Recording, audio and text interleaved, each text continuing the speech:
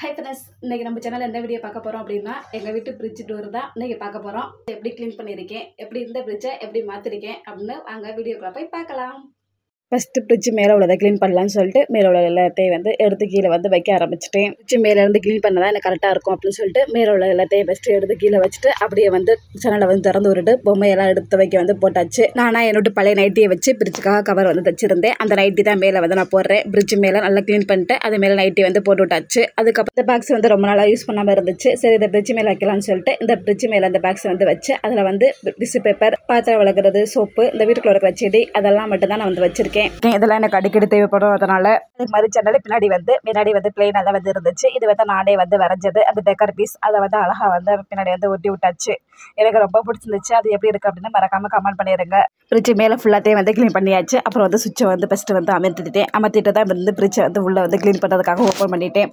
இப்போ எப்படி இருக்குது பாருங்கள். இந்த நிலமையில் இதில் தேவையில்லாதெல்லாம் நிறைய இருக்குது. எல்லாத்தையும் ஃபஸ்ட்டு எடுத்து வெளில வைக்கணும். ஃப்ரிட்ஜுக்குள்ளே இருக்கிறத எல்லாத்தையும் ஃபஸ்ட்டு எடுத்து வெளில வச்சுட்டு அதுக்கப்புறம் எது தேவை எது தேவையில்லை அப்படின்னு ஃபஸ்ட்டு பார்த்து பிரிக்கணும். இப்போ பாருங்கள், ஃப்ரிட்ஜுக்குள்ளே எல்லாத்தையும் எடுத்தாச்சு. இந்த நிலமையில் இருக்குது பாருங்கள் ஃப்ரிட்ஜ். இனிமேல் தான் நல்லா க்ளீன் பண்ணணும். சரி, இன்றைக்கி எடுத்துருவோம் நாளைக்கு எடுத்துருவோம் அப்படின்னு சொல்லிட்டு வீடியோக்காக க்ளீன் பண்ணாமே வச்சு 1.5 மாதம் தள்ளி போயிடுச்சு. மேலாக தேவையில்லாத மட்டும் எடுத்துக்கிட்டு அப்போக்கு எப்போ தொடச்சி மட்டும் விட்டுறது. ஃப்ரிட்ஜில் இருக்க எல்லாத்தையும் எடுத்ததுக்கப்புறம் தெரியுது இந்த நிலமையில் இருக்குது அப்படின்னு. இனிமேல் இப்படி விடக்கூடாது. நம்ம அப்போக்கு எப்போ க்ளீன் பண்ணணும் ஒரு முடிவு பண்ணிட்டேன். ஃப்ரிட்ஜை க்ளீன் பண்ணுறதுக்காக ஒரு பாக்ஸில் ஒரு எலுமிச்சம்பழம் ஃபுல்லாத்தையும் நல்லா புழிஞ்சு விட்டேன். இது கூட பேக்கிங் சோடா 1.5 ஸ்பூன் போட்டிருக்கேன். இது கூட விம் ஜெல் ஒரு 2 ஸ்பூன் சேர்த்துருக்கேன். சேர்த்து விட்டு தண்ணி கொஞ்சம் எக்ஸ்ட்ரா ஊற்றி நல்லா மிக்ஸ் பண்ணிவிட்டு இந்த பாஞ்சை மீஷோவில் ஆர்டர் பண்ணி வாங்கியிருந்தது. இதை வச்சு தான் ஃப்ரிட்ஜை பூராத்தையும் நான் க்ளீன் பண்ண போகிறேன். ஃபஸ்ட்டு ஒரு துணியை வச்சு மேலாக ஃப்ரிட்ஜை தொடச்சி விட்டுட்டேன். அதுக்கப்புறம் இந்த சோப்பாயில் வச்சு நல்லா பாஞ்சை வச்சு நல்லா தேய்ச்சி நல்லா கழுவியாச்சு. இதை எப்படி துடைக்க போகிறேன் அப்படின்னு வாங்க பார்க்கலாம். இந்த பாஞ்சு இப்போல்லாம் ஈஸியாகவே கிடைக்கிது. இது கிச்சன் கவுண்டர்டாப்லாம் க்ளீன் பண்ணுறதுக்காக நான் வாங்கியிருந்தேன். இந்த ஃப்ரிட்ஜுக்கு நிறைய தண்ணி ஊற்றி கழுவ முடியாதுல்ல. அதனால் இதை வச்சு தொடச்சி எடுத்துட்டோம் அப்படின்னா ரொம்ப நீட்டாகவே இருக்கும். இது நல்லாவே தண்ணி அப்சர்வ் பண்ணியிருக்கும். ஃப்ரிட்ஜை நல்லா நீட்டாக தொடச்சி விட்டாச்சு. அதுக்கப்புறம் ஃப்ரிட்ஜில் உள்ள ஸ்டாண்டை எல்லாத்தையும் எடுத்து நல்லா விளக்கி அப்படியே வெயிலில் காய வச்சாச்சு.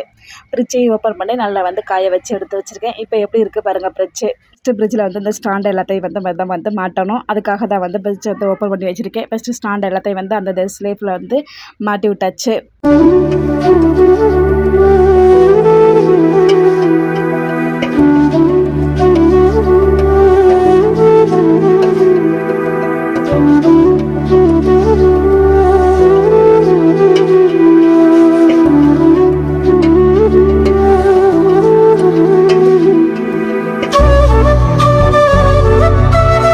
நிறைய பேர் கேட்பீங்க இந்த சீட்டு எங்கே வாங்கினீங்க அப்படின்னு. நானே சொல்லிடுறேன். இது எங்கள் ஊரில் லோக்கல் ஷாப்பில் தான் வாங்கினது. இது 6 செட்டு இருக்குது. 3 செட்டு நான் இப்போ யூஸ் பண்ணியிருக்கேன். 3 செட்டு வர்றப்ப யூஸ் பண்ணிக்கலாம் அப்படின்னு சொல்லிட்டு எடுத்து வச்சுட்டு இது இருக்கிறது ரொம்ப யூஸ்ஃபுல்லாக இருக்குது. ஏன் அப்படின்னா அந்த கண்ணாடி கிளாஸ் மேலே அழுக்காகாமல் இருக்கும். நான் முன்னாடியில் ஃப்ரிட்ஜ் கவரில் அந்த ஸ்டாண்ட் இருக்கும்ல அந்த செல்ஃபில் பேப்பர் போட்டு தான் வைப்பேன். இப்போல்லாம் பேப்பர் போடுறதில்ல, எடுத்துட்டேன். நம்ம எதவோ எடுக்கும் போது இந்த ஜோயேஜஸ் எல்லாம் அடிக்கடி ஊற்றி போயிடுது, தேனோ ஊற்றிடுது. அப்போதைக்கு டக்குன்னு எடுத்து பேப்பர் மாற்றிட்டு இருக்க முடியல. அதனால் சிந்திச்சு அப்படின்னா ஒரு துணியை வச்சு தொடச்சிக்கலாம் அப்படின்னு சொல்லிட்டு இப்போ அதெல்லாம் வைக்கிறது இல்லை. எங்கள் வீட்டில் நெகபாலிஸ் கடையே எங்கள் வீட்டில் தான் இருக்கும். ஏன்னா எங்கள் வீட்டில் ஃப்ரிட்ஜை திறந்தோம் அப்படின்னா நெகபாலிஸ் நிறைய இருக்கும். வாங்குவோம், ஆனால் யூஸ் பண்ணவே மாட்டோம். யூஸ் பண்ணி இனிமேல் நெகபாலிஸை வாங்கி தர மாட்டேன் அப்படின்னு சொல்லுவாங்க.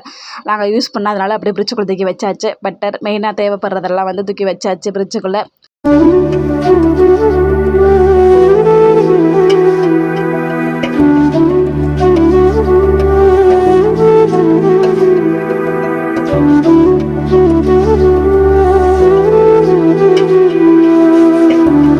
இன்றைக்கி என்கிட்ட காய் எதுவுமே இல்லை, தக்காளி மட்டும் தான் இருந்துச்சு. அதனால் அந்த ஸ்டாண்டில் தக்காளியை மட்டும் கழுவிட்டு அப்படியே எடுத்து வச்சாச்சு.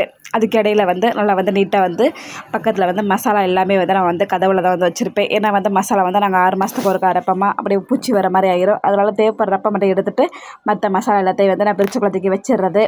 இந்த கதவு பூராத்தையும் நல்லா க்ளீன் பண்ணியாச்சு. இப்போ ஸ்டாண்டுக்கு தக்காளி வச்சாச்சு. தக்காளி வாழைக்காய் மட்டும் தான் இருந்துச்சு இன்றைக்கி. இப்போ நம்ம யூஸ் பண்ணிட்டு வச்சுருப்போம்ல ரவா கோதுமை மாவு எல்லாத்தையும் இந்த பாக்ஸில் போட்டு அப்படியே வச்சாச்சு. இது புளி ஸ்டாக்காக வாங்கி வச்சுக்கிறது. அதனால் அதே ஒரு பாக்ஸில் போட்டு அப்படியே ஸ்டோர் பண்ணி எடுத்து வச்சாச்சு. எனக்கு ஃப்ரீ டைம் கிடைக்கும்போது நான் வந்து இந்த மாதிரி தக்காளி தொக்கு புளி தொக்கெல்லாம் வந்து ரெடி பண்ணி வச்சுக்குவேன். ஏன்னா ஹஸ்பண்டுக்கு வந்து டக்குன்னு வந்து காலைல வெள்ளன போகிற மாதிரி இருக்குது. இப்போ எல்லாம் வந்து ரொம்ப குளிர்னால எந்திரிக்க முடியலை, டக்குன்னு தேவைப்படுதில்ல. அப்போ எந்திரிச்சு எடுத்து செஞ்சு கொடுத்துடலாம் அப்படின்னு சொல்லிட்டு தக்காளி தொக்கு புளி தொக்கு ரெடி பண்ணியிருக்கேன். தேங்காய் வந்து திருவினதை வந்து வச்சுருக்கேன். இது 3மே வந்து நான் சில்வர் பாக்ஸில் தான் வந்து வச்சுருக்கேன். மாவு வந்து அரை வாளி மட்டும் தான் இருக்குது. இனிமேல் தான் மாவு வந்து அரைக்கணும்.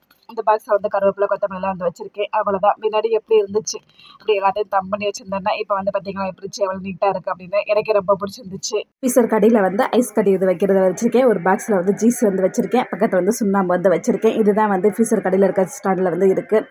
அது கடையில் வந்து பால், இந்த புளி தொக்கு, தக்காளி தொக்கு, இந்த கேப்பை எல்லாமே வந்து வச்சுருக்கேன். மெயினானது தான் வச்சுருக்கேன். அதுக்கு அடியில் வந்து ஒரு வாளியில் வந்து மாவு இருக்குது. அப்புறம் பால் பாக்கெட் வச்சுருக்கேன். அவ்வளோதான்.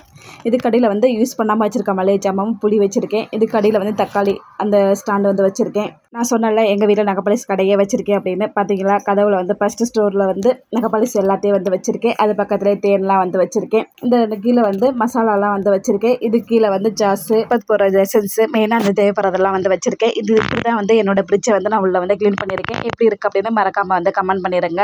எப்படி இருந்த ஃப்ரிட்ஜை எப்படி மாற்றியாச்சு பார்த்தீங்களா, எவ்வளோ நீட்டாக வந்து அரேஞ்ச் பண்ணி வச்சுட்டேன். எங்கள் வீட்டு ஃப்ரிட்ஜை நான் இப்படி தான் வந்து க்ளீன் பண்ணி மெயின்டைன் பண்ணிக்கிட்டு இருக்கேன். உங்களுக்கு பிடிச்சிருந்துச்சு அப்படின்னா நீங்களும் ஃபாலோ பண்ணிக்கோங்க. எங்கள் வீட்டு ஃப்ரிட்ஜ் டூர் எப்படி இருக்குது அப்படின்னு மறக்காமல் வந்து கமெண்ட் பண்ணிடுங்க. அடுத்து என்ன வீடியோ போடலாம் அப்படின்னு மறக்காமல் கமெண்ட் பண்ணுங்கள். இந்த வீடியோ உங்களுக்கு பிடிச்சிருந்துச்சு அப்படின்னா எனக்கு சப்போர்ட் பண்ணுங்கள், லைக் பண்ணுங்கள், ஷேர் பண்ணுங்கள். இன்னொரு இன்ட்ரெஸ்டிங்கான வீடியோவில் பார்ப்போம். தேங்க்யூ, பாய்.